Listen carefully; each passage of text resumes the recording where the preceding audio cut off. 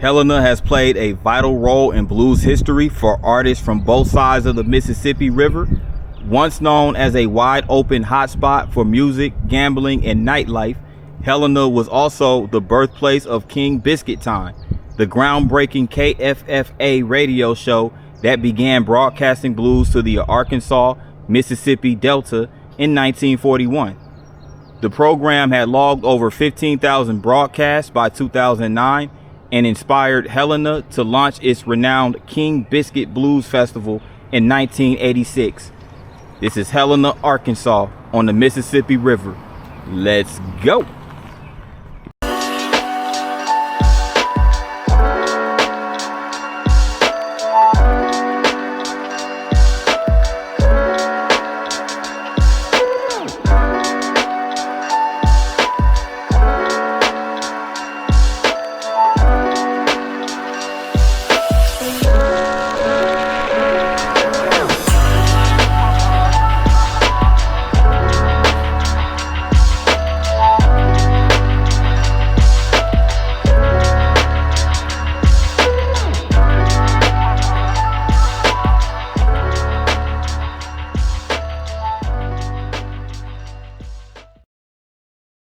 Good afternoon, good people. This is P9 with another vlog, and I am in Helena, West-Helena, Arkansas. Helena, West-Helena is a county seat and largest city within Phillips County, Arkansas, located in the lower delta of the Arkansas Delta. And this is the first video in the Arkansas Delta series of vlogs. And this series of vlogs was bought courtesy of the community post that I posted about a couple of months ago. You guys voted and I listened, and as a result of the vote in the polls, Arkansas won out as the county in this, or the state, to vlog in for the latter part of June. So here we are. Arkansas won over Texas, Missouri, and Florida. So instead of having my toes in the sand, you guys brought me out here to Arkansas. Instead of having my toes in the sand in Florida. Nah, I'm just joking. Glad to be here in Arkansas. And thanks again for everybody who participated in the community poll. And without further ado, let's get it started. Now here is Helena, West-Helena, and then I'm outside the Phillips County Courthouse, as you can see right here. And there's also the municipal building across the street, which hosts the Helena, West-Helena Fire Department. And across from here is a sculpture, as you can see right there. And here's a marker that talks about Helena's Doughboy. Now this sculpture, erected in 1927, is one of the best known outdoor sculptures in the nation. Named Spirit of the American Doughboy, it depicts a World War I soldier attacking across the no man's land between the trenches. Created in 1920 by Ernest Moore Viquesney, 130 doughboys stand in 35 states. Now the doughboy holds a grenade in his upraised hand and a rifle in his left. His metal trench helmet is a reminder of danger from the air. The gas mask of his belt recalls the horrible mustard gas attacks that left many soldiers disabled. And he also had barbed wire around his feet, representing methods used to hinder attacks. So the dedication ceremony took place on July 10th, 1927. And also here the doughboys marching alongside a road in France as the United States entered World War I back in April 2nd, 1917, nearly 3 years after it begun. So yeah, so this is just some pictures of the doughboys in the trenches back during World War I. Now I'm gonna get a closer up of the sculpture. And then we're going to proceed down historic Cherry Street. Here is the Doughboy statue right here.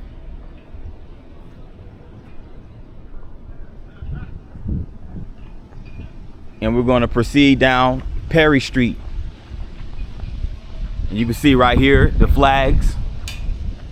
You have the what looks like the French flag, the Arkansas state flag, and of course the American flag right there. Now, this is the history of Arkansas as it pertains to West-Helena. You had the Europeans, of course, who came, and they had came across the territory, and of course the indigenous peoples were here. And you had the Spanish conquistador Hernando de Soto and his force who crossed the Mississippi River on June 18th, 1541. Then you had the French Louisiana colony, Father Jacques Marquette, a Jesuit priest, fur trader Jolius Louis Joliet, and 5 others paddled down the Mississippi River back in 1673. And you also have DeSoto right here, as you can see, who landed in Florida in 1539. And here you got the Native American, the indigenous people right here, being invaded by DeSoto and his boys. And yeah, and you had Napoleon's secret treaty that took place 40 years after the Spanish came and onto the land. And basically when the land was regained by the Republic of France, the brother of Napoleon Bonaparte, and you had the Louisiana Purchase just 3 years later in 1803, where Napoleon sold Louisiana to the United States for 15 mil. To purchase all of the land between the Rockies and the Mississippi River, and from New Orleans to Mobile, which doubled the size of the nation. So that's just to give you a little insight of what was going on during that time frame in the early 17th century.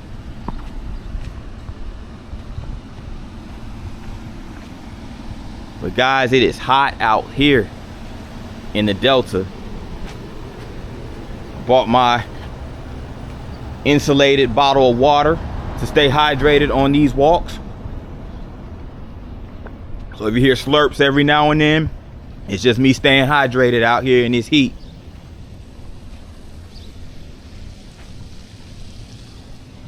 But yes, this is historic Cherry Street where I'm located now.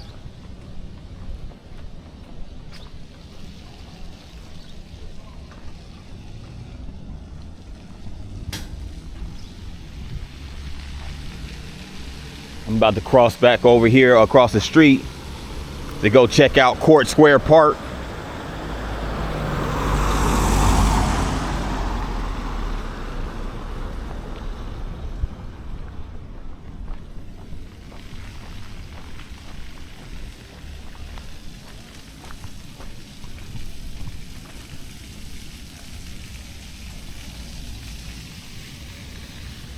Check out this sculpture right here. Looks like a young man who is just kind of gazing off into space. I'm not sure what he's holding right here, but he looks like he's deep in thought. So that's a good sign.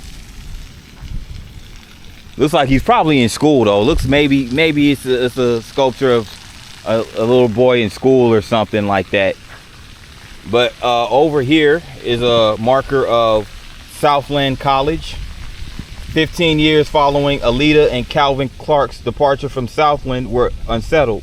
Superintendent matron couples came and went. Arson and floods destroyed several buildings. Enrollment dropped, and Southland was failing.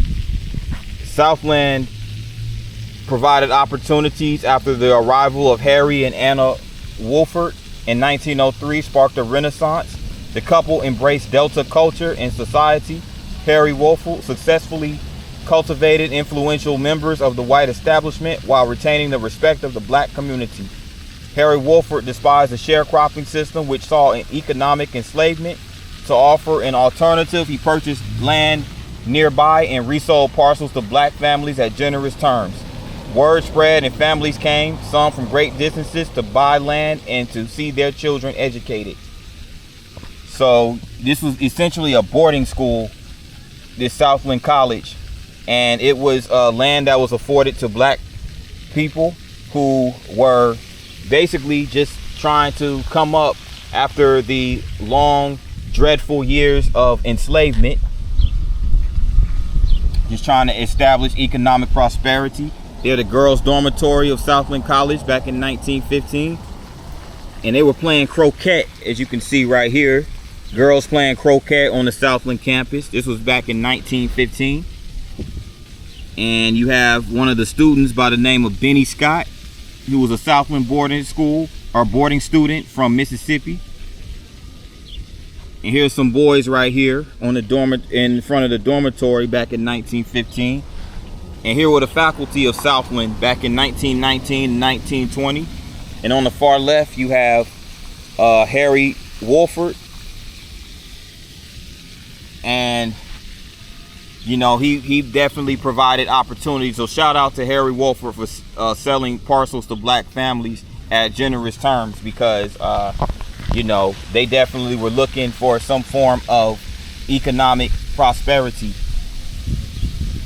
But the Wolfords understood the duties on the family farm, and financial constraints prohibited many students from attending classes regularly.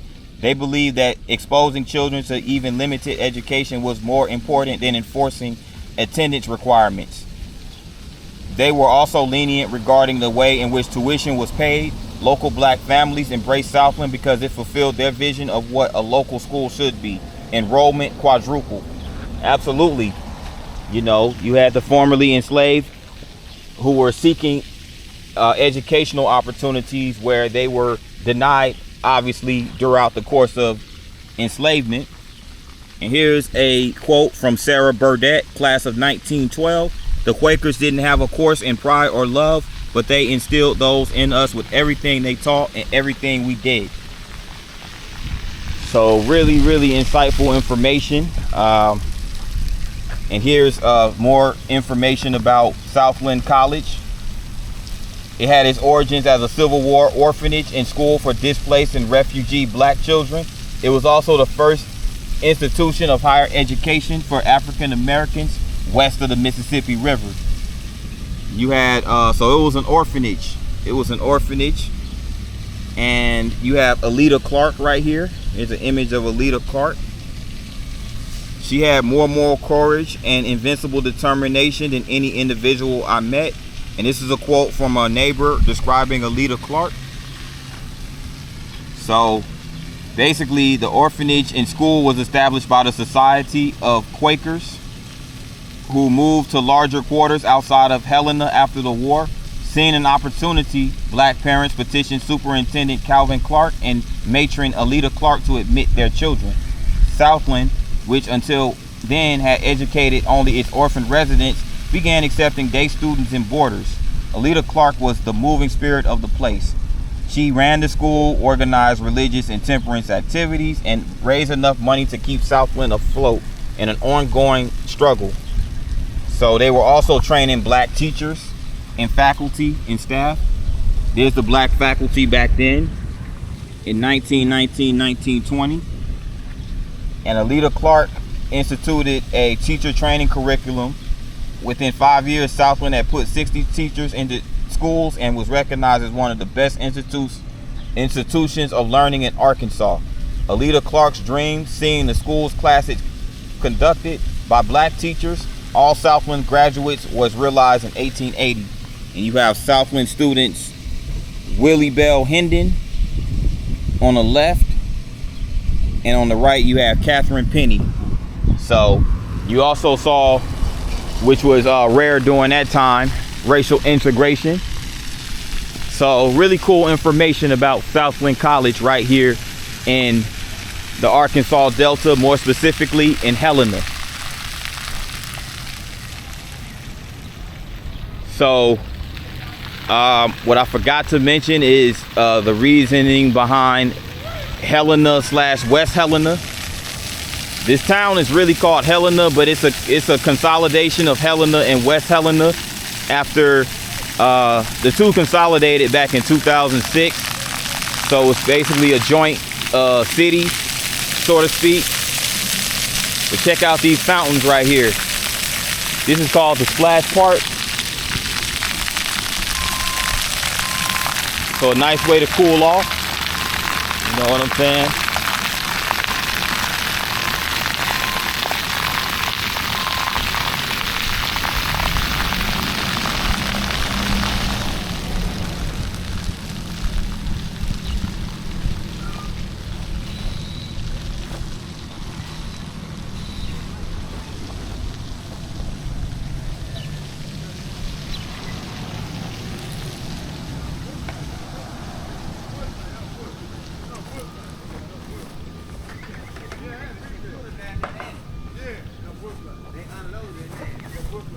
Check this out right over here.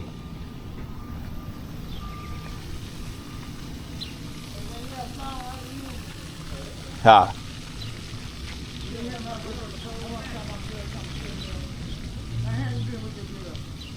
Oh, nah. All right. Yeah.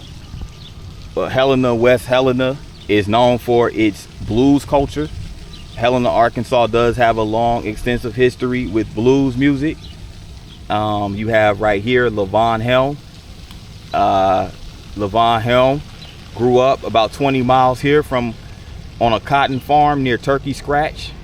The Helms love music. Most nights ended in a family sing-along with Levon's father, Diamond, on guitar. A battery-powered radio bought them King Biscuit time at lunchtime at the Grand Ole Opry on Saturday. They rarely missed a live performance nearby. And Delta music was really huge right here, being that it is in the Arkansas Delta alongside the Mississippi River. And there goes Levon Helm right there in the center performing. Rick Danko on his left, Richard Manuel on his right. And yeah, this is where it all started for Levon Helm, saving up earnings to buy a Martin guitar purchased on layaway, planned from Morris Gish. And this is Levon Helm right there back in 1996. And right there, that's him in 1997. The unveiling of a sign declaring Marvell home of Levon Helm. And this is a publicity photo of Ronnie Hawkins and the Hawks taken shortly after they arrived in New York in 1958. And there goes Levon Helm on the far left with his band. And that's them performing right there as well, back in Marvell High School.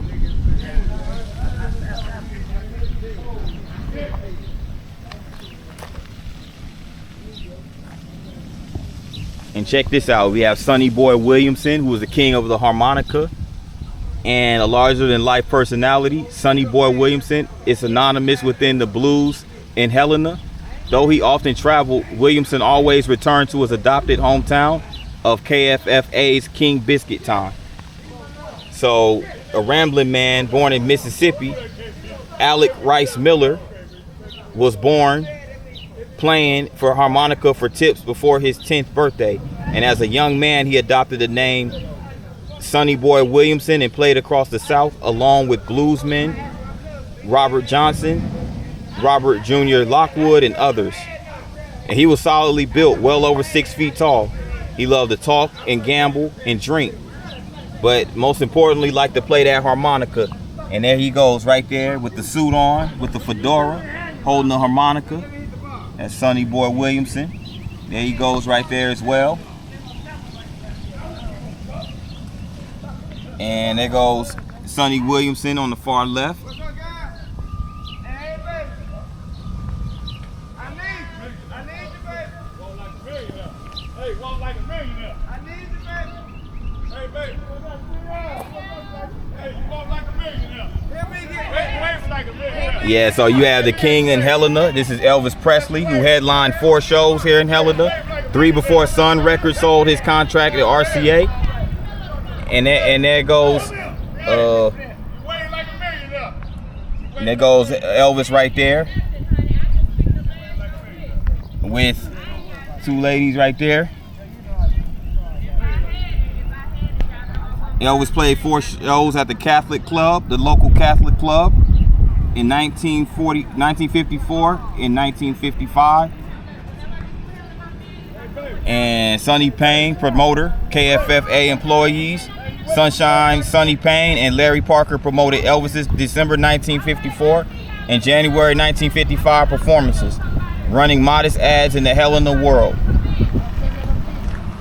So here's a ad for Elvis Presley show right here in Helena. This is promotion back in the 1950s.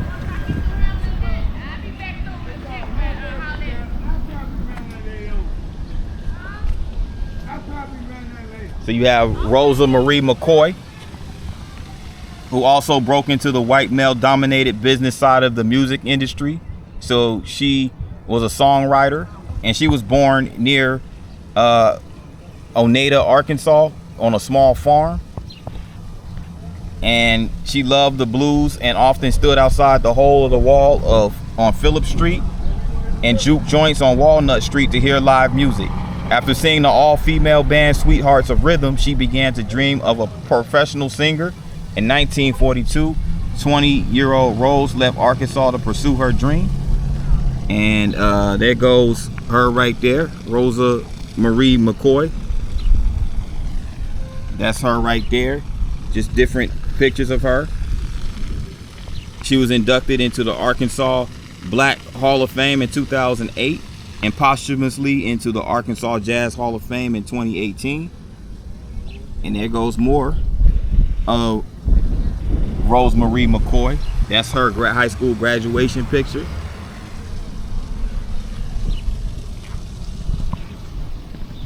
So this is really cool, and it's really nice again that they have these like musical instrument replicas right here. You have the xylophone, things like that. It's pretty dope. Pretty dope. And then you have Conway Twitty, Country Music Hall of Fame and Rockabilly Hall of Fame songwriter. And he grew up right here in Helena, formed his first band here and had a regular spot on the radio station KFFA. And that's a picture of Conway Twitty in the studio.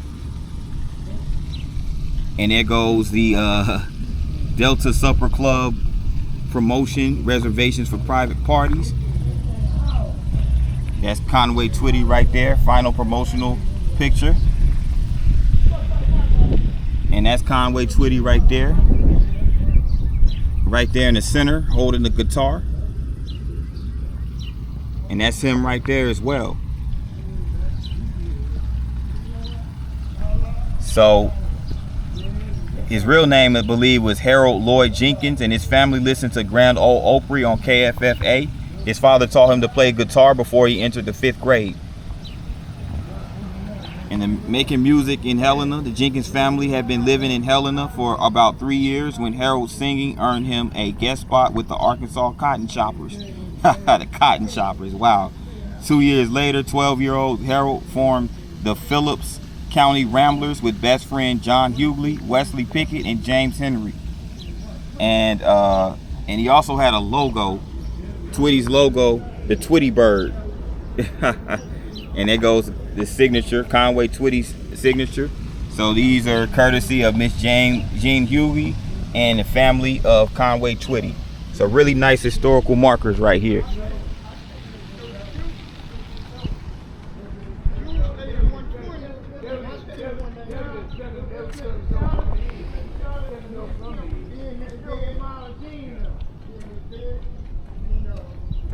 And here's just some artifacts right here highlighting the Civil War right here in Arkansas. Crisis in Little Rock, leaving Helena, divided nation on the brink of war. Abraham Lincoln won in 1860 the presidential election. And not long after that was the start of the Civil War.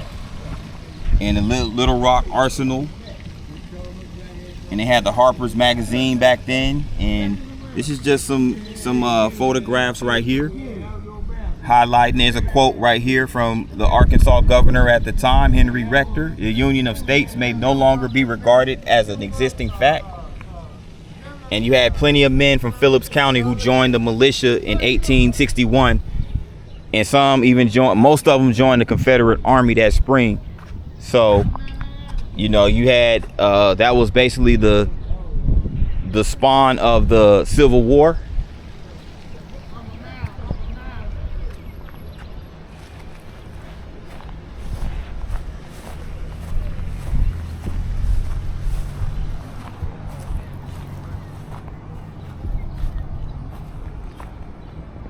But yeah, this is a marker for 7 Confederate generals. 7 Phillips County men served as generals and the Confederate Army. Patrick Cleburne, perhaps the most acclaimed Arkansas general, led an Army of Tennessee division and proposed freeing slaves if they would fight for the Confederacy. He was killed in the Battle of Franklin, Tennessee. Thomas Heinzman built an Arkansas army from scratch and led it at the Prairie Grove. He also commanded a division east of the Mississippi. He was murdered in Helena after the war. Lucius E. Polk led Cleburne's brigade after that general's promotion until wounds forced him to retire. And this is just more over here in regards to the 7 Confederate generals right here in Arkansas. Daniel Covan led a brigade in Tennessee and Georgia before surrendering in North Carolina in 1865, and James Tappan led his Arkansas in battles in Tennessee, Kentucky, Louisiana, Missouri, and at Jenkins Ferry. So Arkansas also had a deep history in regards to the Confederacy in the Civil War. Now I'm getting ready to walk on into the core of Cherry Street, which is downtown Helena, Arkansas. And now we're going to see a lot of the similarities of cities and towns that were in the Mississippi Delta. We're going to see a lot of those similarities right here in the Arkansas Delta, starting with Helena. And as you can see, you have these abandoned buildings. You know, these abandoned buildings are pretty much line these streets, and it basically highlights the shell of its former self towns that you're going to commonly see in these once thriving areas.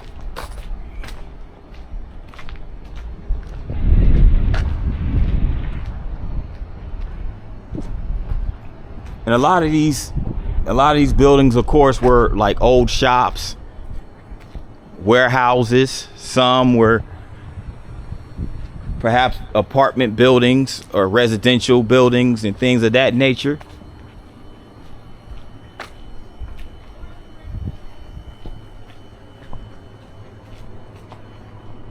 They do have a bank over here across the street that's open and functional.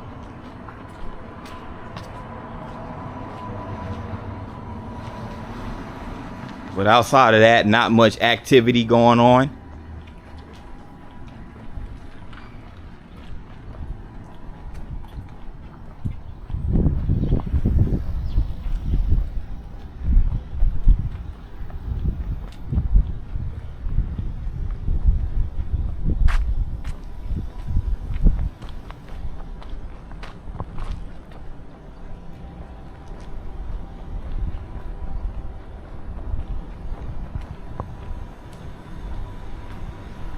State Revenue Office. So they do have some functional, of course, government buildings. As you can see, you have this mural right here. Helena, Arkansas. Very nice.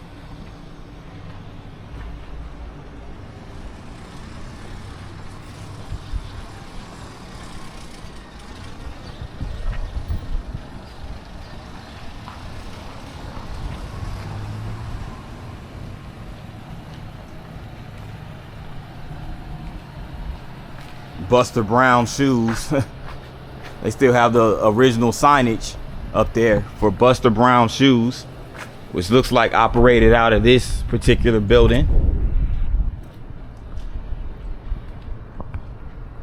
There goes the Malco Theater.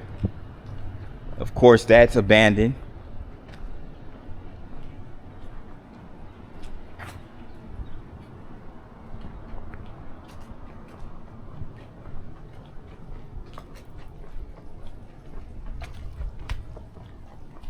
They do have this nice courtyard over here. Let's go check it out.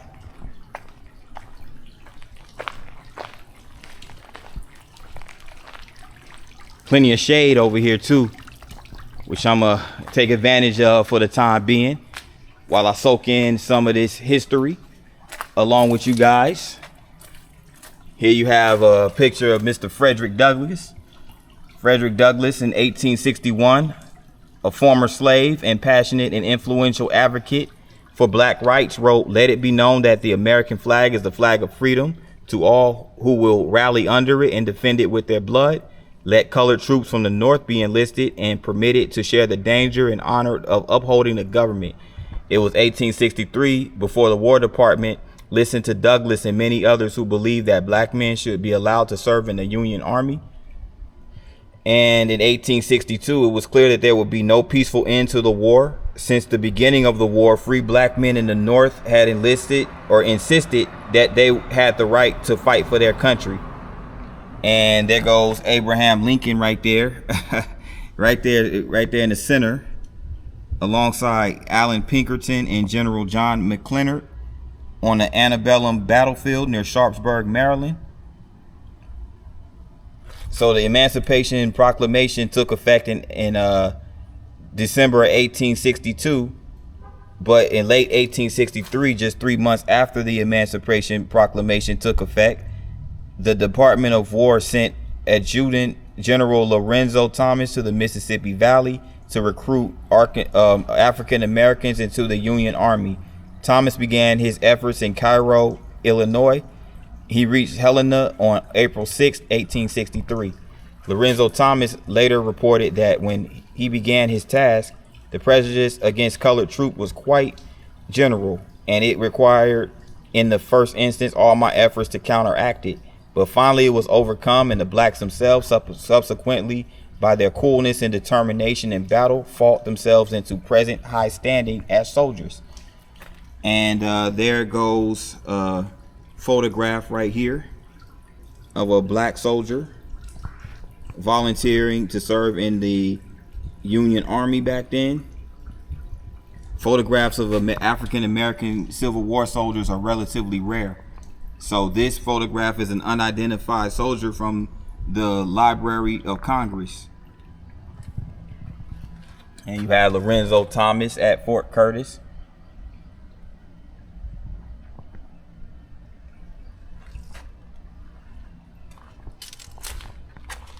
Fighting to stay free. You have Lorenzo Thomas's speech, which he gave in Helena, April 6, 1863. And there was enough freedmen enlisted to fill a regiment of 1,000 men, many who were already in Helena. Others came in from Confederate controlled areas outside of Helena. Some, like Aaron Hervey and Bill Eastman, escaped from their owners in Mississippi and crossed the Mississippi River to come into Helena and enlist. Here, as in every place that Thomas spoke, black men were eager to fight for the Union. They knew that the Union had to win the war if they were to keep the freedom guaranteed by the Emancipation Proclamation. So the 2nd and 4th Arkansas Infantries of African descent, later designated the 54th and 57th U.S. Colored Infantries respectively, filled within weeks. And before the Civil War ended, 5,526 black men joined the Union Army in Arkansas. And here's the image of the 57th Colored Infantry. And the small snare drum you see right there is being held by Aaron Hervey, who came from Helena, Arkansas. And you see even more pictures right here. Images of the 1st U.S. Colored Infantry, courtesy of the Library of Congress. So really dope, really dope. You have William Stewart of the Missouri, Iowa, and Kentucky regiments. There he is right there, the 60th U.S. Colored Infantry. Samuel Trueheart of the 5th U.S. Colored Cavalry. And the U.S. Colored Troops, or the USCT, in Helena were part of the Union garrison holding the city. So they had the same duties as white troops. Their regiments, and they drilled for part of the day. Black troops occupied the batteries in Fort Curtis, and some men received artillery training. They stood grand guard and picket duty. So there's also Mr. James L. Baldwin. James L. Baldwin of the 56th U.S. Colored Infantry. And there was a battle that took place, the Battle of Big Creek, where parts of 56th and 60th U.S. Colored Infantries with 2 guns of Battery E, 2nd U.S. Colored Light Artillery fought at the Battle of Big Creek in Phillips County on July 27, 1864. So the USCT, the United States Colored Troops, suffered 19 killed, 39 wounded, and 4 missing. Among the wounded were several members of the 56th U.S. Colored Infantry. Nelson Lamb was shot through the left arm. Adam Brown was wounded while cutting a dead horse from an artillery wagon as the battle raged. James Baldwin received a shot to the neck. All 3 made it back to Helena and survived the war. So an extensive history of colored troops from right here in Arkansas. And this history can be found right here in this courtyard, right across from the Malco Theater, right here on historic Cherry Street. Man, that shade feels good. Feels good. And here's a plaque of Mayor Thad Kelly, a lifelong resident of Helena, who served as mayor for 12 years and is well known for his lifetime commitment to the development and improvement of his beloved home community. After serving in the Navy as a lieutenant commander in World War II and in Korea, he returned to Helena and established a real estate and appraisal company that resulted in 3 subdivisions, 2 apartment complexes, and over 100 homes. And he also established one of the original 5 Main Street cities from the Main Street Arkansas program. So Mayor Thad Kelly definitely gave back to his community that he grew up in. So shout out to Mayor Thad Kelly.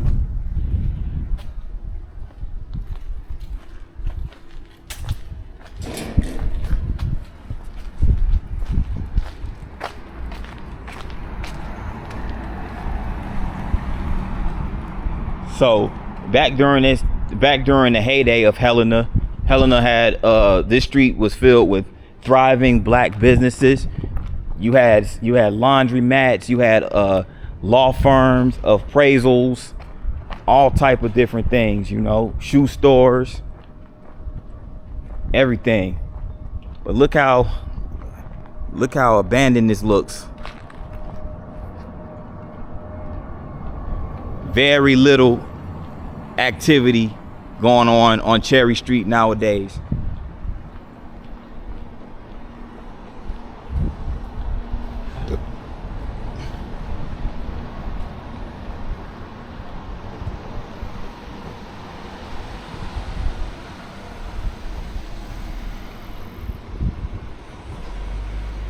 Club Remix.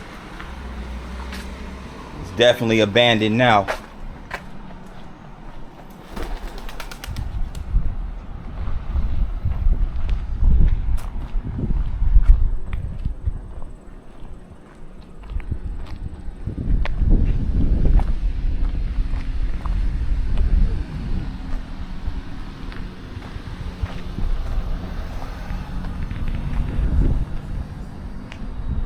Welcome to Helena, Arkansas. The river and rhythm, established 1833 on the mighty Mississippi. I like that. The river and the rhythm. Let me check out this marker real quick, see what this marker has.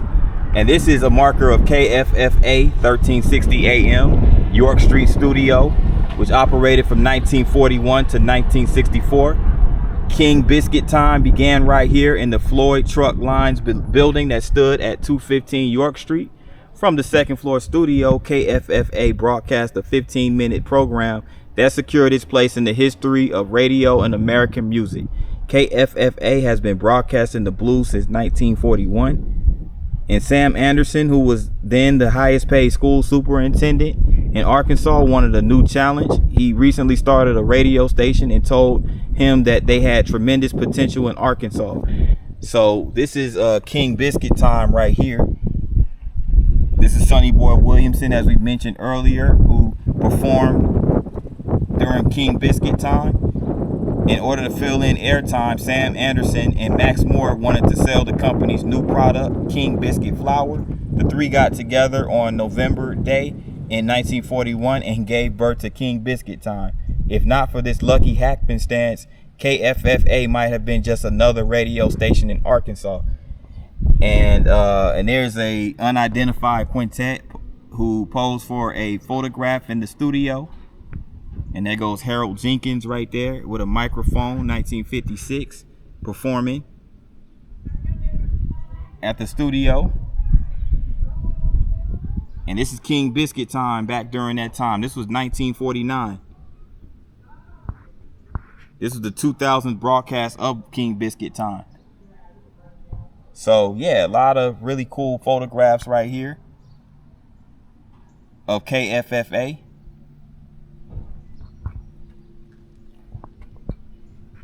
And I believe it sat right here at this corner. And you also it used to be a hotel right here. It was called Hotel Nichols, Helena's leading hotel during its heyday. And the manager at that time, Leonard Andrews.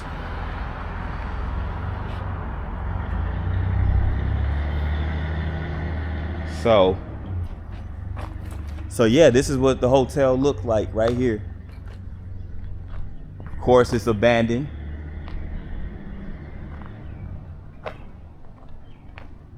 And they still have a lot of the original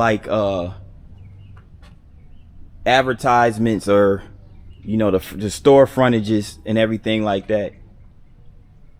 John H. Crickle, manufacturer of buggies, spring wagons. Wow, so they had a rubber tire warehouse over here.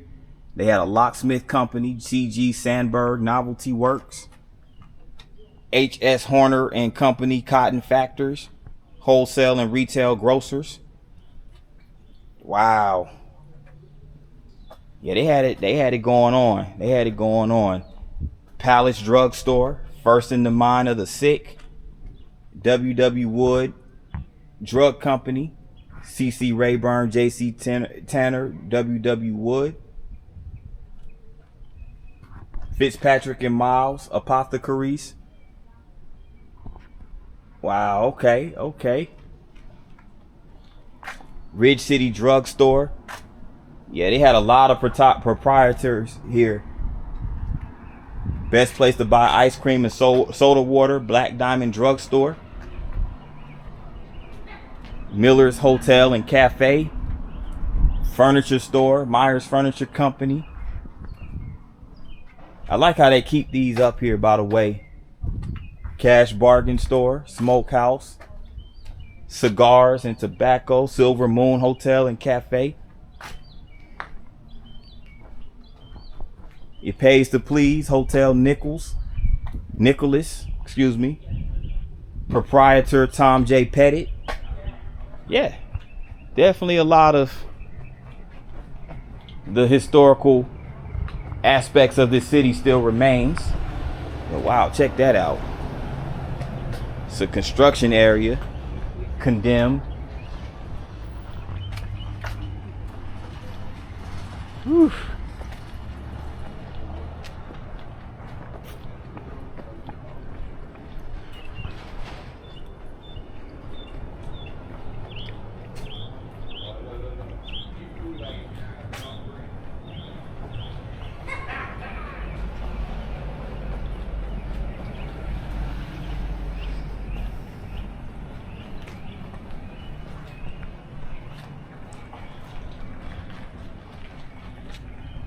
Looks like they got some activity going on down this way.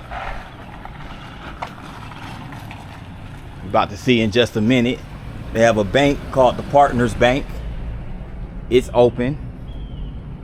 So there's some sign of some signs of economic activity going on.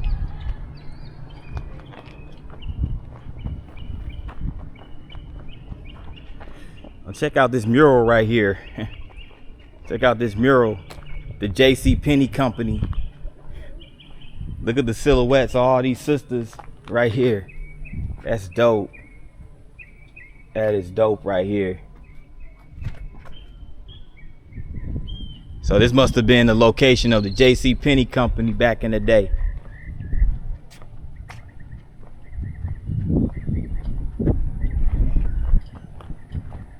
I'm at the corner of Cherry Street and Elm Street.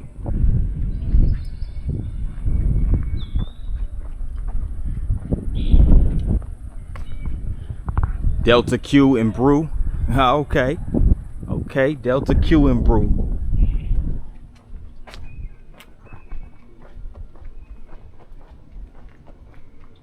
Yeah, look at this.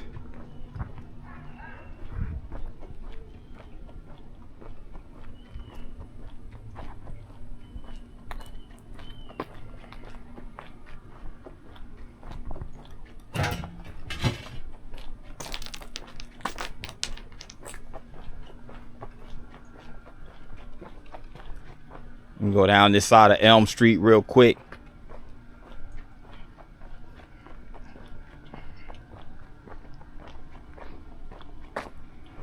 I'll check this out. Look at these. Look at these. This mural, or not mural, but this sculpture of the empty glass bottles. That's pretty dope.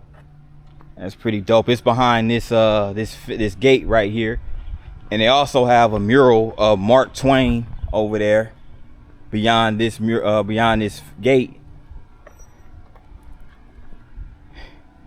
And this is a quote from Mark Twain himself. He said, "Helena occupies one of the prettiest situations of the Mississippi." And if Mark Twain, the legendary writer, if he said that himself, if he says that about Helena, that says a lot, you know. It's one of the jewels of the Mississippi River, because back in its heyday, with all the culture, the business, the thriving businesses, and the thriving blues culture, yeah, Helena had to have been a crown jewel back during that time. And check this out right here.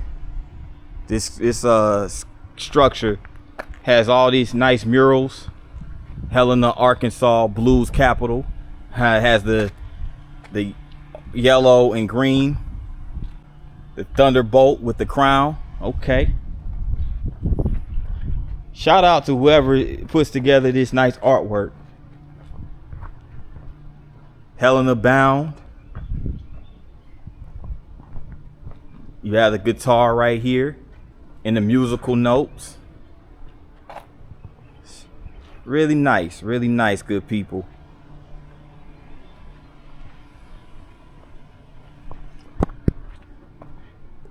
It's an abandoned structure, but it still looks pretty cool.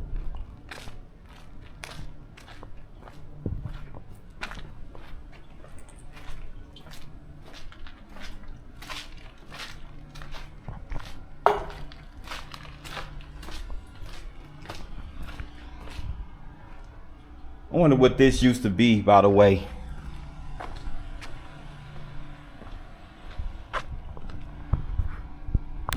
Back here on Cherry Street, here in Helena, Arkansas. And it looks like this part of Cherry Street has a lot more of the functional, currently open establishments. We have a clothing store right here called Bella. Sits inside this nice building, nice historical building. They even have a shop called Handworks.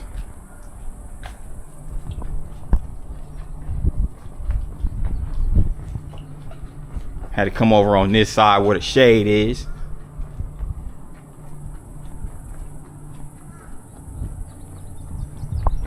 Delta Public Schools. KIP Delta. That's the name of this building right here. KIP Delta. KIP Delta Collegiate High. Huh. So we have a college prep school right here in downtown Helena. That's interesting. It's nice.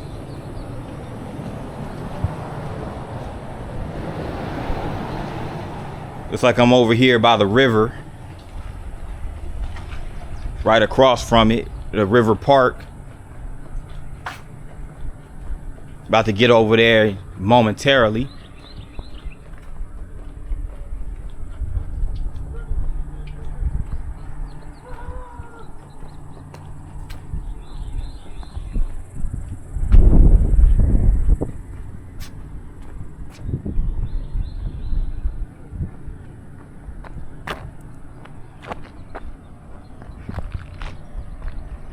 The Red Ball store. So I'm over here by the Delta, outside the Delta Cultural Center. So as you would imagine, this will be like a museum of sorts right here, like basically a museum right here in Helena that highlights the history of Helena and the Arkansas Delta and the cultural. Check this out. Best of the best from Arkansas cookbook. Secret recipes from Arkansas's favorite cookbooks. High Cotton Cooking. A collection of Southern country recipes. That's really interesting. They even had Sonny Boy. They have this. They had this what's called Sonny Boy White Corn Meal Mix. Self-rising white corn meal. Oh wow. This is the South.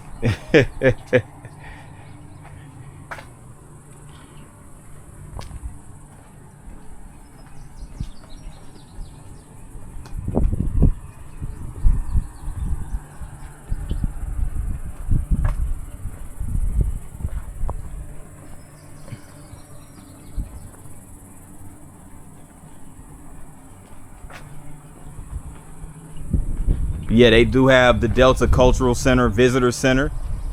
So for the history buffs out there, including myself, they do have a place you can come soak in a lot of history, artifacts, exhibits pertaining to the Arkansas Delta, specifically Helena, but the Arkansas Delta as a whole.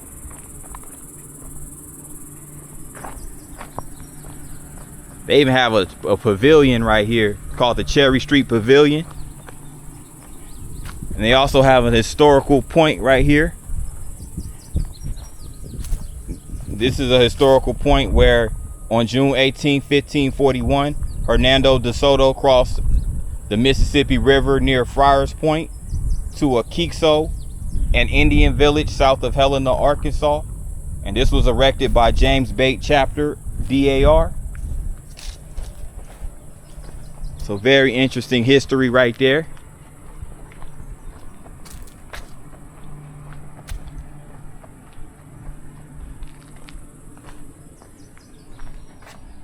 But this is the Cherry Street Pavilion up close.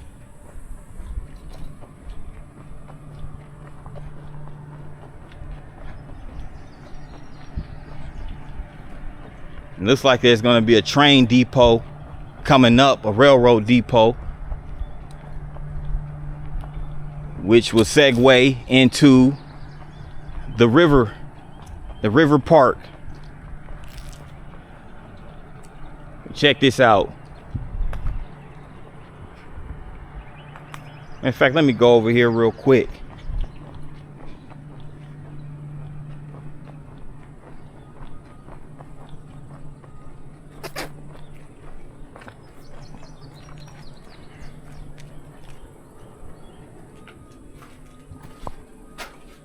It looks like this used to be a blues venue. They have all these pictures of performers.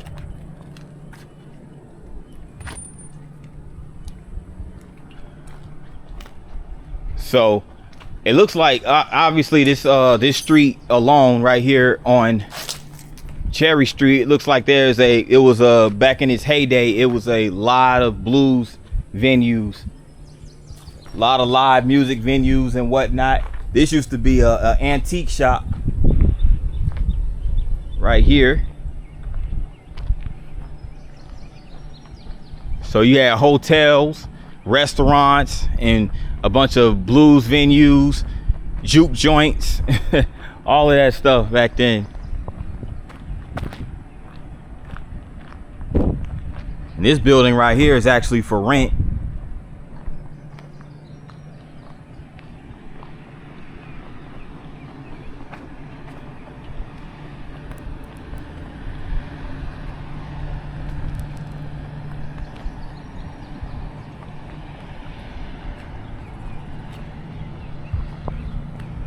The Delta Cultural Center, and you've arrived at a Great River Road Interpretive Center.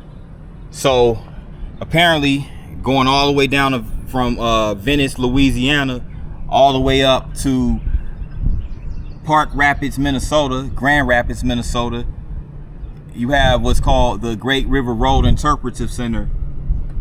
And they have it's called the Great River Road, and so it goes through the states of Minnesota, Wisconsin, Iowa, Illinois, Missouri, Kentucky, Tennessee, of course here in Arkansas, Mississippi, and Louisiana. And they basically travel throughout all these cities on the Mississippi River. 3,000 miles, the largest and most important national scenic byway in America today. Wow, that's a lot. It goes through a lot of cities. I would love to actually travel that whole route, that whole road, and cover all those cities. That's a dream of mine.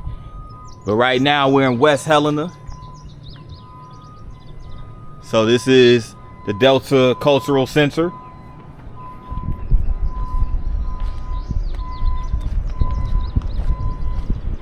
It looks like it used to be a railroad depot.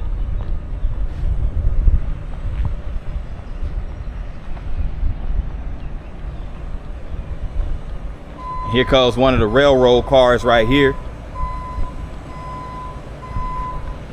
Very nice.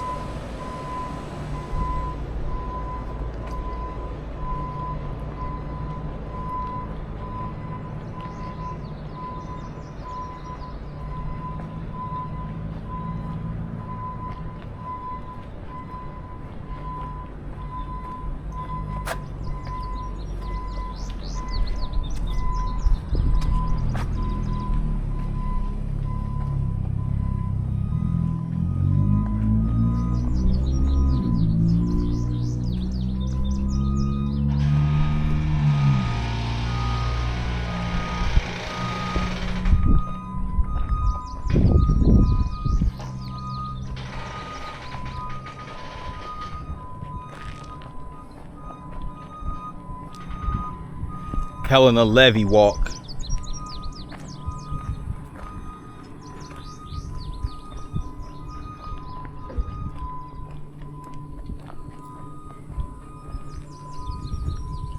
There's a few markers. Phillips County goes to war. So the Union Army occupied Helena in 1861. So we did highlight earlier. This looks like a similar marker to what I saw earlier, where it was just basically a rehash of the Civil War. So people joining the Confederate side and the Union side. A lot of the black soldiers joining the Union Army. General Samuel Curtis marching into Helena 1862. There was a Vicksburg, Mississippi attack back in 1863. And then, the Union Army recruiting freedmen and the Union occupation bringing change so that freedmen could walk the streets of Helena without a pass. And they worked for a wage, and by 1868 they could vote. So this is basically the start of the Black Republican Party too. You know what I'm saying? Blacks were voting and they were Republicans, black Republicans, and that's when you start seeing them transforming into an economic prosperous lifestyle that they maintained for several decades until it was dismantled by the opposition.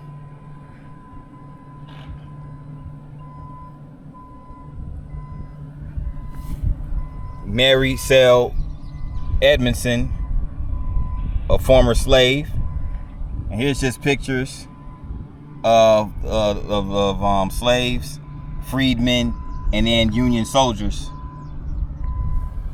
Really cool, as it sits right over here by the Helena levee walk. So this is a levee, of course, to help control the floods. And it has, of course, this levee right here. It has really nice artwork alongside of it. It just sits right over here by these railroad tracks. King Biscuit Times.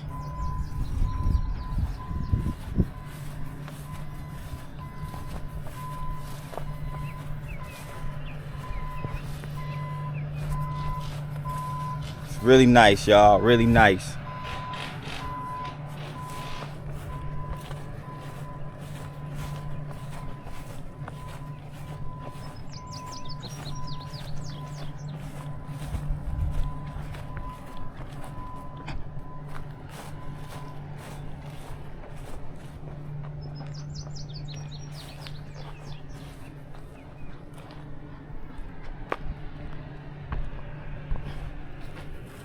Singing the blues in Helena, Arkansas.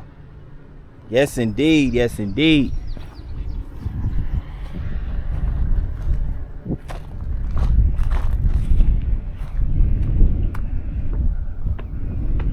Of course, I got to go check out the river. Want to at least get that done before I left downtown. And you get a pretty nice view of it too. Kind of up on an elevation right here.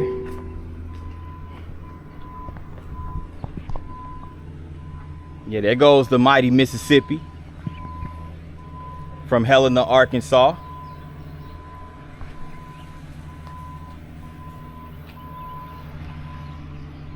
And you are looking towards the Mississippi River, where thousands of Cherokee, Muskogee Creek, Choctaw, and Chickasaw passed during their forced removal from the southeastern United States to Indian Territory. Far from the wide, smooth, and channeled rivers you see today, the Mississippi and Arkansas rivers in the 1830s were treacherous, causing delays and increasing the misery of the journey. Low water levels in the rivers and sicknesses amongst the passengers presented two of the biggest challenges of the Trail of Tears water route. Between 700 and 800 Cherokee arrived here. The river being too low to proceed further by water, they are resuming their journey by land. The summer complaint is prevailing among them, particularly among the children, and a good many deaths have occurred. And this was a quote from the Arkansas Gazette back in August of 1838. So again, you have the Indian removal policy, where thousands of American Indian men, women, and children pass via water route of the Trail of Tears. And you see an image or illustration right here of this treacherous passage. You can see the many tribes of the Cherokee, the Creek, Choctaw, and Chickasaws. Very tumultuous time for those Indian tribes because of the government acts enacted and implemented to have them transported out of the southeast. And here's some of the forms of transportation. They use flat boats and keel boats to transport the native Indians. And it was here where Helena residents of the 1830s watched tens of thousands of Cherokee, Choctaw, Creek, and Chickasaw pass as they traveled south on the Mississippi River. And here's a rendering or drawing courtesy of the Delta Cultural Center of Helena back in 1857. And it was an active port by the time the removal detachments passed while traveling west on the Mississippi River to Indian Territory. So again, because while faster than the land route, Those who journey by water face challenges and dangers, including quick spread of sickness on board, exposure to disease along the river lowlands, fires aboard steamers, collisions, unpredictable weather, and changing water levels that affected river navigation. So this image right here, courtesy of NPS and Sam Watts Scott, it's just those flat boats and keel boats that were used, and you can see the many natives right there. This was also the site where General Ulysses S. Grant tried 6 times to take Vicksburg using different approaches, but none have succeeded. He planned an attack from the east where the city's defenses were the weakest. Union forces would enter Mississippi's inland rivers through the Yazoo Pass. So they would pass through the Yazoo River, courtesy of Greenwood, Mississippi, which is also in the Mississippi Delta, Yazoo City, Haynes Bluff, and all the way down to Vicksburg.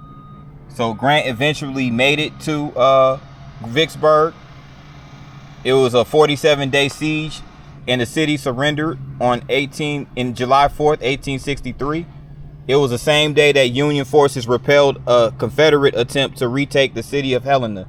So the same day Vicksburg was taken over, Helena had resisted Union occupation and invasion. So shout out to Helena for that. But yeah, lots of history as it pertains to the Civil War right here in Helena, Arkansas. And of course you had a bloody battle that took place right here alongside the Mississippi River. And front of where you're standing right now, you could have a ringside seat for the Battle of Helena. On a brutally hot July 4th, 1863, Confederate General Theophilus Holmes launched a 3-pronged attack on the small Union garrison at Helena.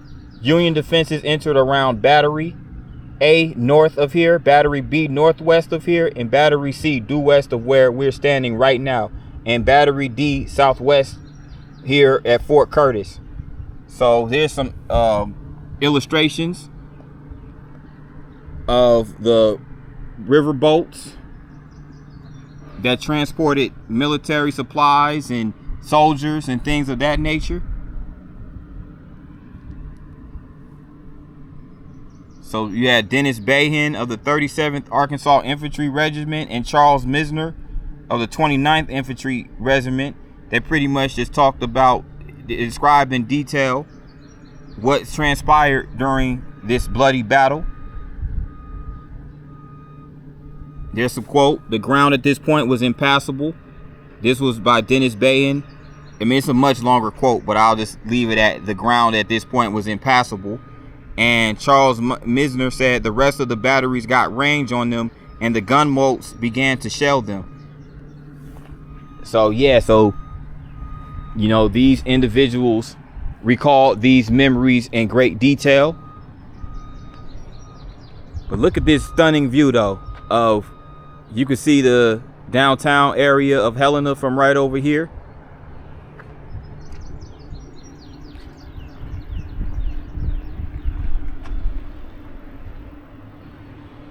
Really neat, huh? Right over here across from the King Biscuit Blues Festival office and Biscuit Roll Barbecue Restaurant over here on Phillip Street.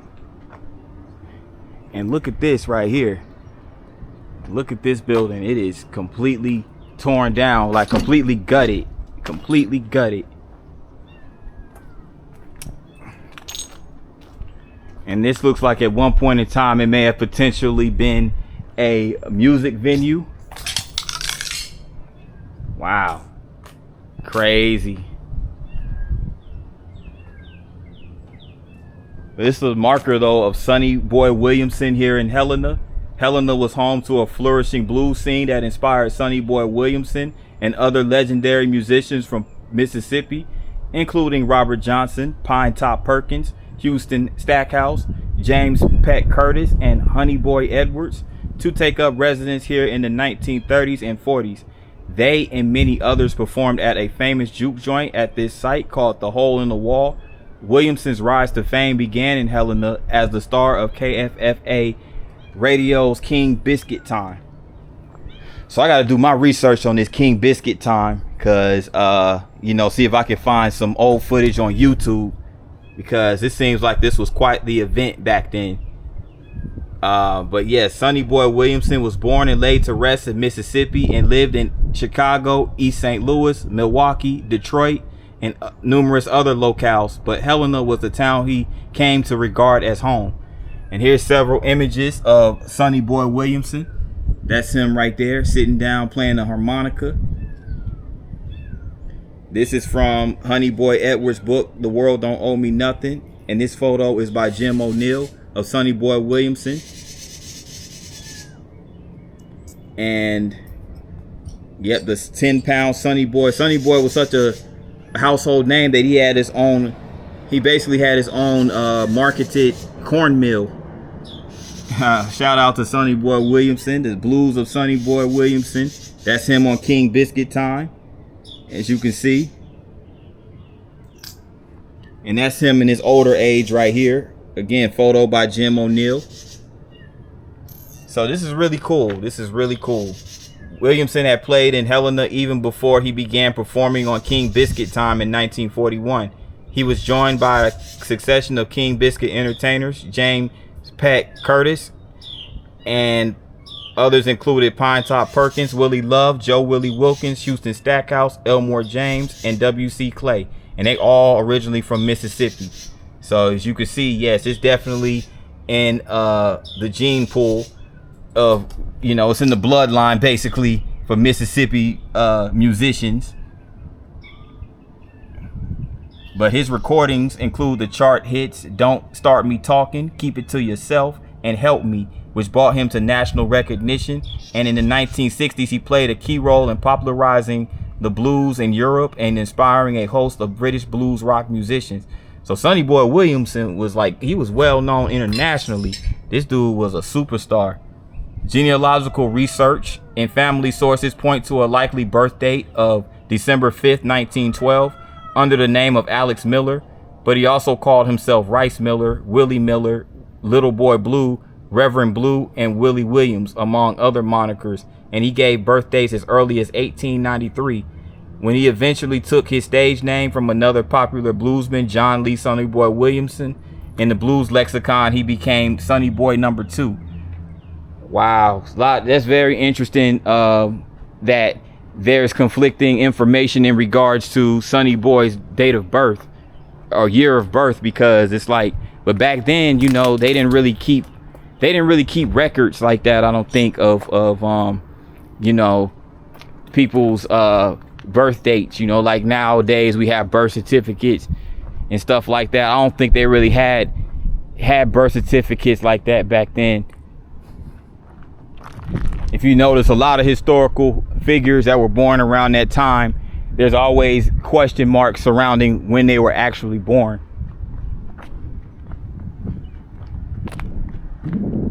But wow, look at this. So apparently this King Biscuit corn mill and flour was huge down here in Arkansas. They even have this old this little hitch right here, Sonny Boy Mill. Ah, that's dope. That's dope. Here's some more musicians. You have Sunshine Sonny Payne, host of King Biscuit Time. In 1951, he held that position until his death in 2018. So we're talking a period of what, 67 years? That's correct. That's a long time. But that's him in the booth back in 1970. And that's also him right here as a kid. Sonny, that's Sonny Payne, John William Sonny Payne. So yeah, he delivered scripts, picked up advertising copy, swept floors, and cleaned the 78 RPM records during the day's broadcast. In time, he learned to read news, weather, sports, to operate the controls and repair the equipment.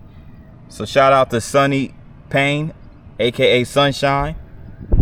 He even won an award back in the early 90s in the field of, he won the George Foster Peabody Award for outstanding achievement in the field of radio and broadcast journalism.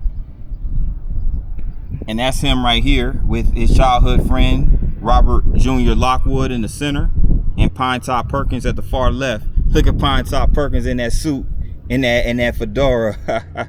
That's dope. That hat right there, that's cool. Yeah, that's a cool color. I like that. I like that color scheme. But yeah, that's right here. And you have Payne right here at home, and he played bass with Harry James, Kerry Kaiser, Abe Lyman, and Tex Ritter. So okay. So shout out to Sonny Payne. Pass the Biscuits, King Biscuit Time, one of the longest running shows in radio history. It won a Peabody Award in recognition of the importance of history of radio and American music. And Sonny Boy Williamson was a constant guest on there. And under the King Biscuit Time. And here's some of the entertainers: Robert Nighthawk, Houston Stackhouse, and Pet Curtis. There goes Sonny Payne again, back in the studio in 2011.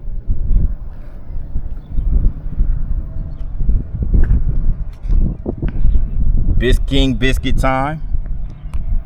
So yeah, they definitely document their history with the King Biscuit Time very well here in Helena. For sure. There goes Sonny Boy Williamson, photo courtesy of Bubba Sullivan. And that's Sonny Williamson, Sam Anderson, and Robert Lockwood at the studio. They also had an Interstate Grocer Company on the northwest corner of Phillips and Walnut Street. This illustration right here, courtesy of Rayburn Moore Collection of the University of Georgia, as you can see right there. And here goes an image of courtesy of the Phillips County Public Library. This is the King Biscuit, King of Flowers. It's pretty dope. Pretty dope. But yeah, I'm just over here right over here by downtown. It's a lot of abandoned buildings over in this area. But stay tuned for more footage of Helena, because we're not done yet. I'm standing over here in front of the memorial for the deadliest racial confrontation in Arkansas history, and possibly the bloodiest racial conflict in the history of the U.S. This is the Elaine Massacre Memorial. Now, again, back during that time, a lot of white supremacy was going on, and it was a shooting incident that occurred at a meeting of the Progressive Farmers and Household Union, which escalated into mob violence on part of the white people in Elaine and surrounding areas. Although the exact number is unknown, estimates of the number of African Americans killed by whites have ranged into the hundreds. 5 white people lost their lives in this whole conflict. But it began on the night of September 30th, 1919, when approximately 100 African Americans, mostly sharecroppers on the plantations of white landowners, attended a meeting of the Progressive Farmers and Household Union of America at a church in Hoop Spur, which is located in Phillips County, 3 miles north of Elaine. So in essence, the purpose of this meeting was by black sharecroppers in Elaine to basically demand higher pay for their crops and their labor and everything like that. And the plantation owners were, of course, dominated by white. I mean, they were, mostly white plantation owners who dominated the area during the Jim Crow era. So, in essence, in short, it was a lot of violence and chaos ensued, and a massive massacre took place. And this took place in 1919 in Elaine, which is not far from Helena. And this is the memorial right here in dedication. And I like how they have this map right here etched out, engraved into the concrete. It's really nice.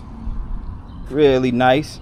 This is a railroad of several towns from Ferguson, Crumrod, Lundell, Melwood, Ratio, Countess, and there goes Elaine right there, Modoc, Hoodspur, Lambrook, Wabash, Lakeview, Old Town, Barton, Post L, and here we are right here on the Mississippi River, Helena, West-Helena. So this is the Elaine Massacre Memorial, which was dedicated September 29, 2019. So a little less than 6 years ago.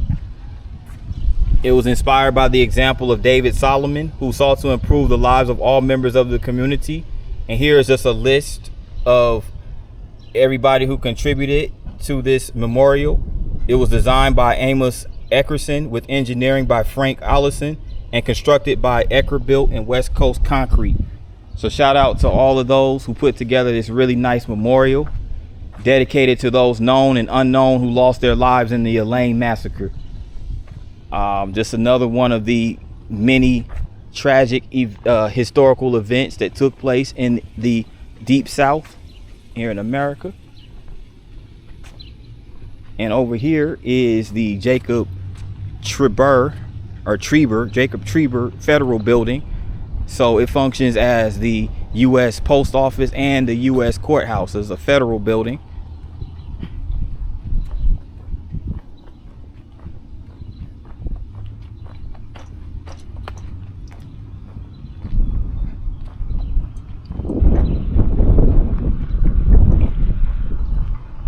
I just want to get this marker to get some context of who Jacob Trieber was.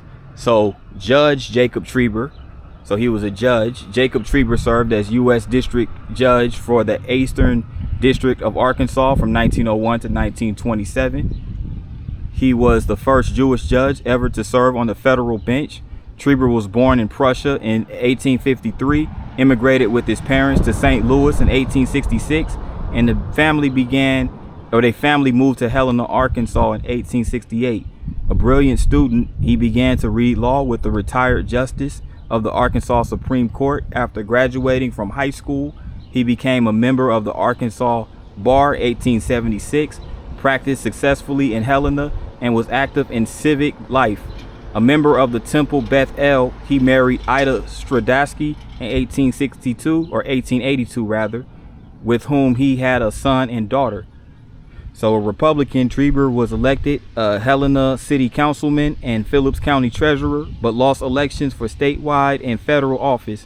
In 1897, President McKinley appointed him U.S. Attorney for Eastern District of Arkansas, where he served until he became the federal judge on January 9, 1901. The bench, bar, and public unanimously supported his appointment. So he took part in the United States versus Hodges federal court case, Supreme Court case, where he held that the 13th Amendment of the U.S. Constitution and federal statutes protected black persons who were prevented from employment by Ku Klux Klan intimidation. The U.S. Supreme Court overturned Hodges in 1906, but the court reversed itself in 1968 and accepted Judge Trieber's reasoning. Following the Elaine Massacre of 1919, Judge Trieber stopped the executions of 6 black men whose trials were unconstitutional. Trieber often sat with the U.S. Court of Appeals in St. Louis and the federal courts in New York. Judge Trieber died in 1927 and buried in Congregation B'nai Israel Cemetery in Little Rock. So shout out to Judge Jacob Trieber for his fight in defending those 6 black men who were unconstitutionally tried in the Elaine Massacre, and for his work in civil rights and things of that nature here in Arkansas. Shout out to Judge Trieber, to which this building was named. I had no idea who he was until just today, so it's really cool to learn that really good history right here. This is a marker of Centennial Baptist Church, which has been designated a National Historic Landmark for its association with Elias Camp Morris, one of the nation's most influential African American leaders and Centennial's pastor for over 40 years. And this is Elias Camp Morris, the Centennial's pastor. Elias Camp Morris was born of slave parents in Georgia, 1855. After the Civil War, his family settled in Alabama. His parents died when he was about 14 years old. He left school and learned shoemaking to support himself.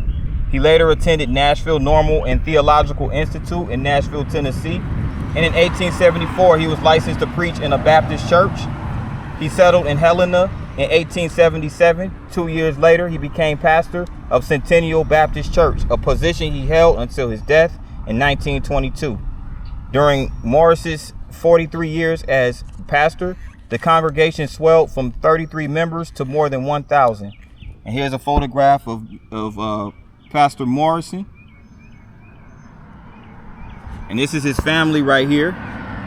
This is the Morris family, 1900. Him, his wife, and his children. And Centennial's architect. Centennial Church is the only known example in Arkansas of a church designed by African-American architect for African-American congregation. Henry James Price, a member of Centennial Church, designed this Gothic revival church. Now that is the church right there. Hopefully they're in the process of restoring it or renovating it and maintaining its historical value and restoring it to historical prominence, because yeah, this is a landmark right here. And Henry James Price, again, member of the Centennial Church, designed this Gothic revival church. Price is thought to have studied architecture as an apprentice to a skilled architect. He joined Centennial Church about 1900. After he moved to Helena from Mississippi, Reverend Morris traveled extensively, and it is believed that he asked Price to design a church like those he had seen in Europe. The 1,000-seat church was completed in 1905. This is the Centennial Baptist Church, a National Historic Landmark. So we got to give our flowers, and we got to, you know, pay homage to Mr. Elias Morris, the pastor, and the architect of this historical landmark, Centennial Baptist Church, Henry James Price, Gothic Revival Church. And it wasn't too many blacks who architected, you know, that type of style of architecture, but there you have it. And, you know, Booker T. Washington, by the way, Booker T. Washington was a historical visitor who came to speak at Centennial Baptist Church. And yeah, this is a picture right here, the Morris Memorial Building in Nashville, Tennessee, completed in 1926. And here's a quote by Elias Morris in 1893, where he said that we must not be satisfied with subordinate things. We must take our place as thinkers and as writers. Absolutely. Absolutely. Don't be a follower, be a leader. Craft your own way through the world. Words of the wise from Brother Morris. Check out this fort right here. This is called Fort Curtis. Fort Curtis was a major battle site during the Civil War, as you can see.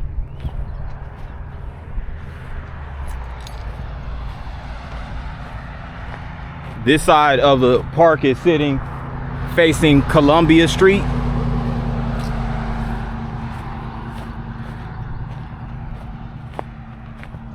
This is a really big historical site right here.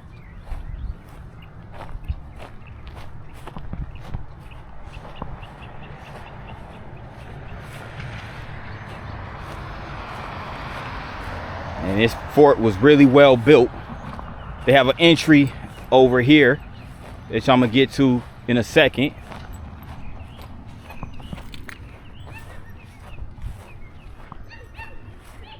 But look at that right there though, bro. Look at that church. That church is burned. That church looks like it got burned down. Across the street with all that kudzu built around it, or growing around it, I should say. But look at these cannons.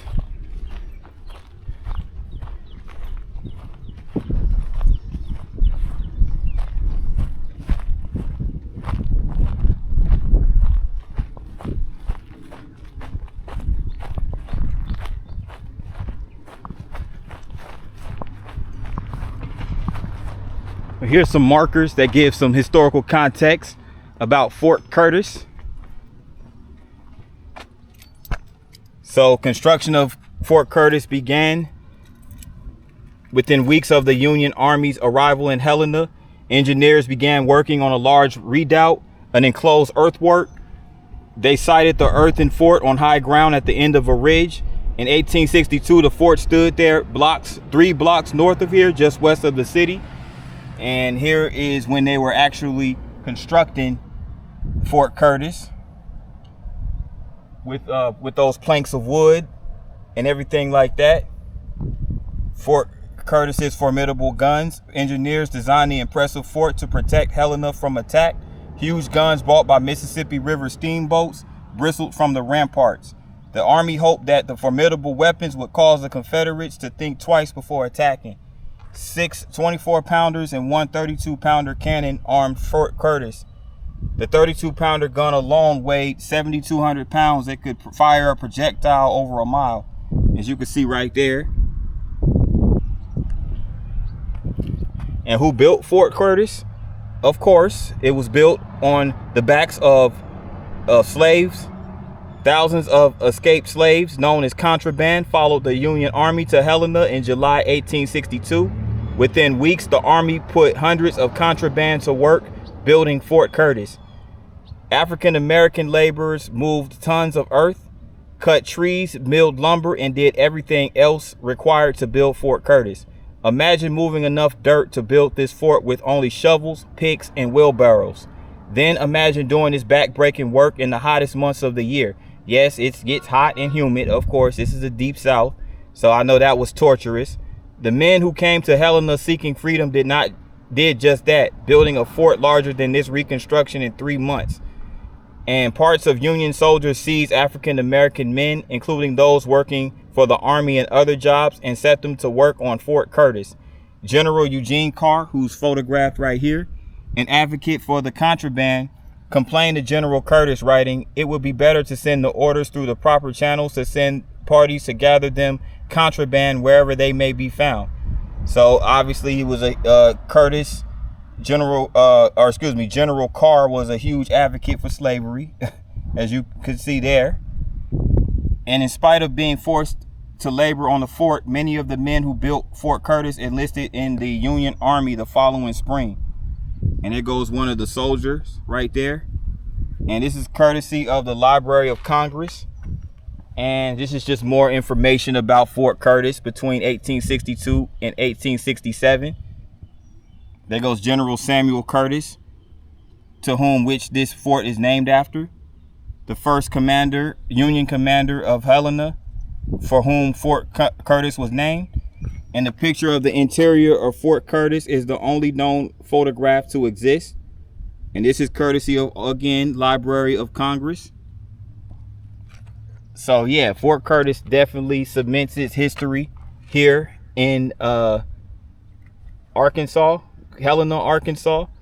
Mr. Ronnie Nichols, then director of the Delta Cultural Center, first proposed building a reconstruction of Civil War Fort Curtis in 1992. 20 years later, his vision was realized. New Fort Curtis was dedicated on May 11, 2012, with contractors bringing in as many as 600 truckloads of soil and to lay the groundwork. And these photographs, courtesy of Kathy Cunningham and Ken Williams.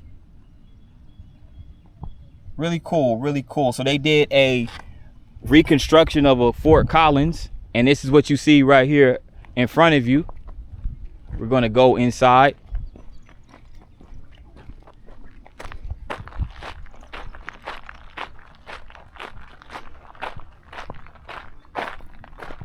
You are standing in the Sally Port entrance to the fort. Here's the entrance to the fort.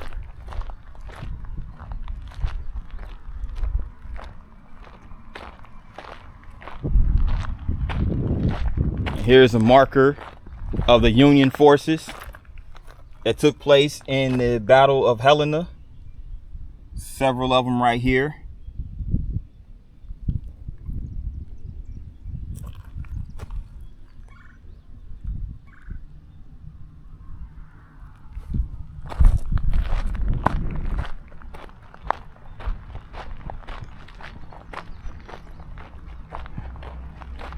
Is this a drinking well over here? Sure is. I thought it was. Now, this is a well. Because people and animals must have water, most forts had wells. It was important to have water available inside the fort in the event of a battle or siege when the men inside could not leave. The well at Fort Curtis was 64 feet deep. And here's a photograph courtesy of Library of Congress back in 1861.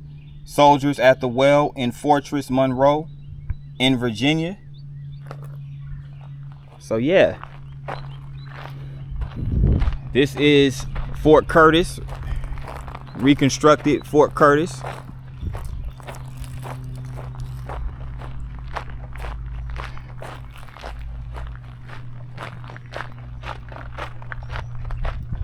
Yeah, I couldn't imagine doing this type of labor outdoors like that, like the contraband, as they were called, were doing. I mean, they were doing this like literally all day with virtually no breaks at all. Just crazy, especially in this immense heat. Very, very inhumane treatment they received.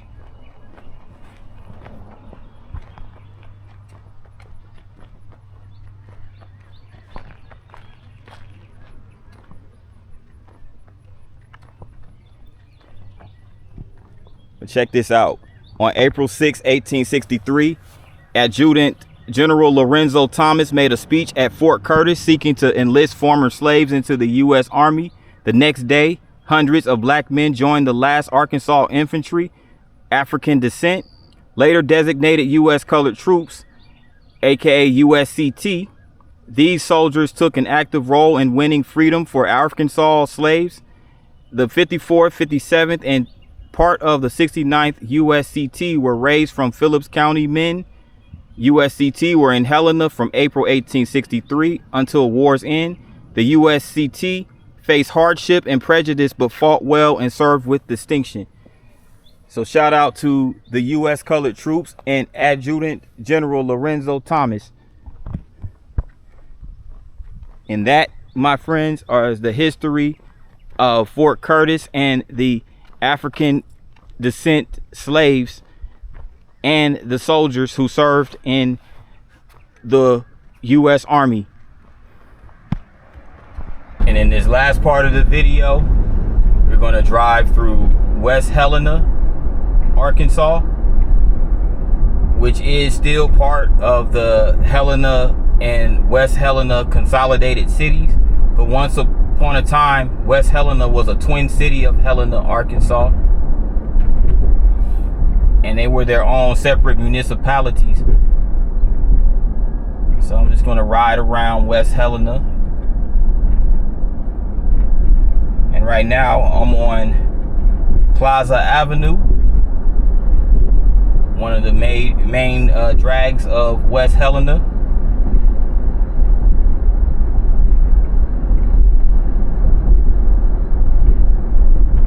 Just passed by West-Helena Baptist Church.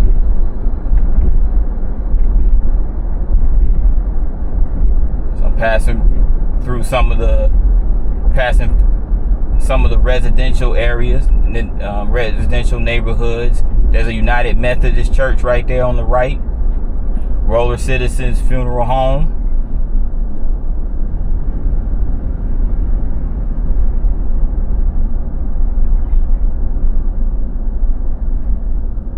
So this is Plaza Avenue, where I'm at right now. So it's a few like establishments over here. They have a gas station, Plaza Express Mart on the right.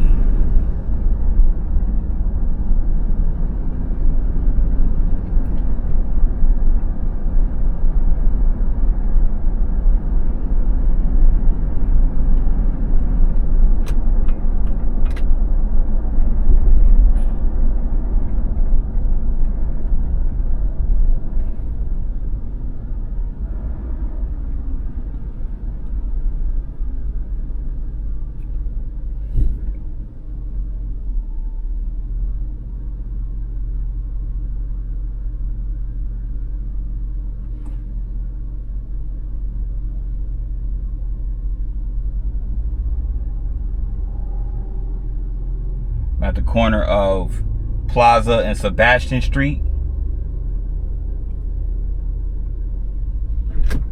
Matter of fact, let me go down this way and I'm gonna come back around.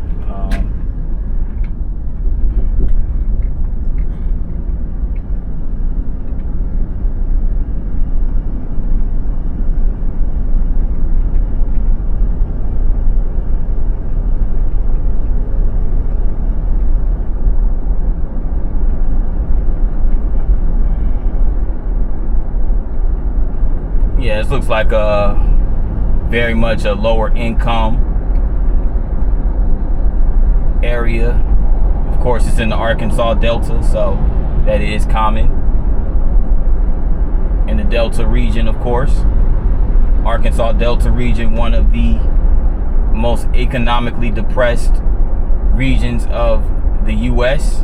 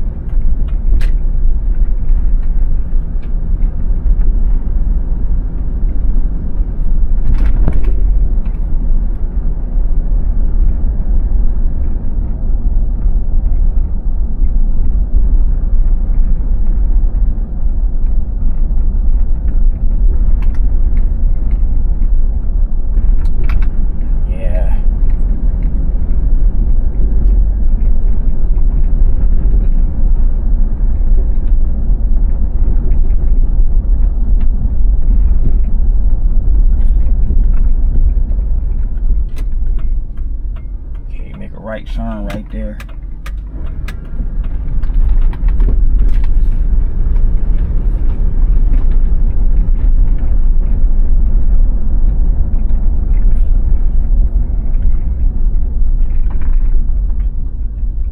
Yeah, not much going on over here. See a few abandoned houses, a lot of overgrown grass.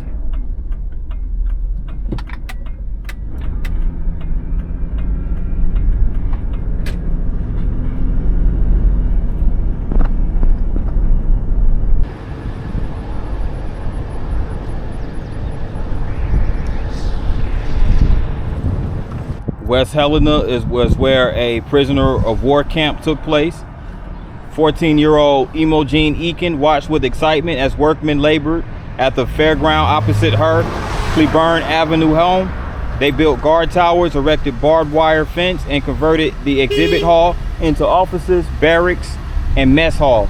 They transformed the site of the annual county fair into a prisoner of war camp. Prisoners filled the labor gap, and the War Department authorized the camp on August 7th, 1943, days after receiving an application from the Phillips County Farmers Association. Desperate farmers applied for 885 war prisoners to replace men who had joined the armed forces or taken war-related factory jobs. So West-Helena was not only a massive Civil War site, it was also a prisoner of war site during the World War II era. And yes, it was crazy. You know, lots of Italians were transferred over here.